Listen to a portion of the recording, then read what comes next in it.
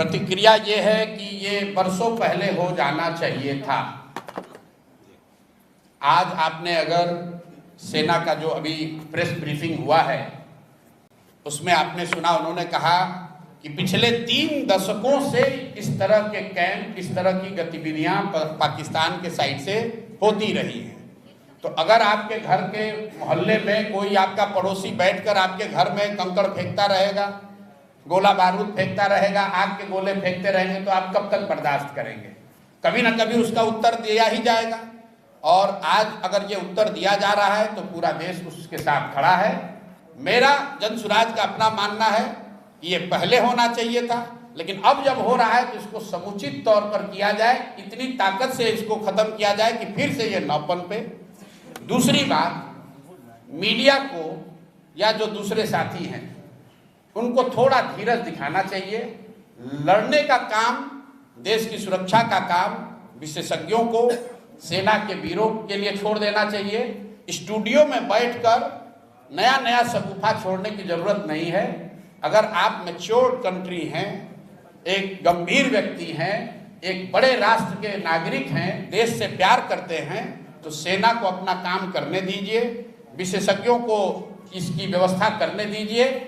आप और हमसे आपसे अपेक्षा ये है कि हम लोग पूरी तरीके से अपने प्रार्थनाओं में, अपनी दुआओं में, अपनी भावनाओं में, अपने कार्यशैली में सेना के प्रति, और जो सेना के साथ जो साथी इसमें जुड़े हुए हैं, जो इस काम को कर रहे हैं, हम लोग उनके साथ खड़े रहें। इसका मजाक न बनाएं, इसको टीआरपी बढ़ाने का जरिया न बनाएं। ये गंभीर मामला है। और हम लोग अंतिम बात इसमें ये कहना चाहते हैं कि जनसुराज परिवार की ओर से हम लोग इस बात के लिए प्रार्थना करते हैं कि कोई भी भारतीय नागरिक, कोई भी जवान उस हताहत न हो, भगवान न करे किसी के साथ कोई दुर्घटना न हो। आपके हमारे लिए ये कहना बहुत आसान है कि फलाना आदमी, इतने लोग शहीद हो गए। आपके लिए वो कहानी हो सकती है, किसी के लिए वो परिवार है, किसी के लिए वो जिंदगी है।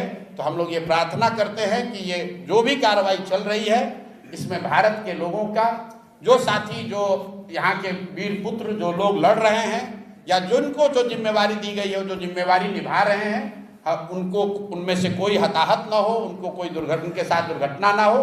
बाकी जो कुछ भी जिम्मेवारी नागरिक होने के नाते हम लोग पर होगी, जो सरकार और सदन तय करेगी, हम लोग सब उसमें साथ खड़े रहेंगे। इसी सवाल को आगे बढ़ाते हुए विपक्षी पार्टियां जो है वो दिन गिनती कर रही हैं कि 13 दिन हो गए, 14 दिन हो गए, सरकार अटैक क्यों नहीं कर रही है?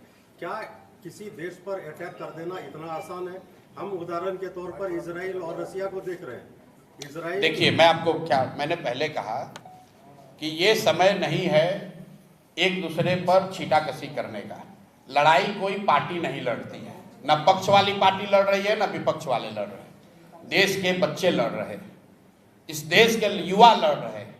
तो इस पर राजनीति नहीं कीजिए।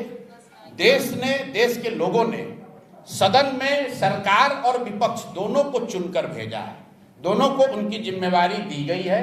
लोकतंत्र में, संविधान में उनको साथ मिलकर जो देश की सेना कर रही है, जो विशेषज्ञ कर रहे हैं, उसके साथ हम लोग को खड़ा होना है। उनको ऑपरेशनल फ्रीडम है, जैसा कि हम लोग प्रेस से पढ़ रहे हैं, लेकिन जो राजनीतिक नेतृत्व है वो तो देश की सरकार को ही करना है। जब इंदिरा जी थी तब कांग्रेस की सरकार थी, तब भी सब लोग साथ खड़े थे। आज भाजपा की सरकार है, तब भी साथ खड़े सब होंगे। और जब देश का मामला होगा, सरकार किसी की हो, लोग देश के साथ खड़े हैं, किसी नेता और दल के साथ नहीं खड़े हैं। इसलिए देश के साथ खड़े होइए, वो मोमेंट है। और मुझे कहने की जरूरत नहीं है, देश अपने आप, हर वो व्यक्ति जो इस मिट्टी से प्रेम करता है, इस देश से प्रेम करता है, वो अपने आप खड़ा होगा। उसको किसी नेता के सलाह की जरूरत नहीं है। सर, आम जनता तो साथ में है।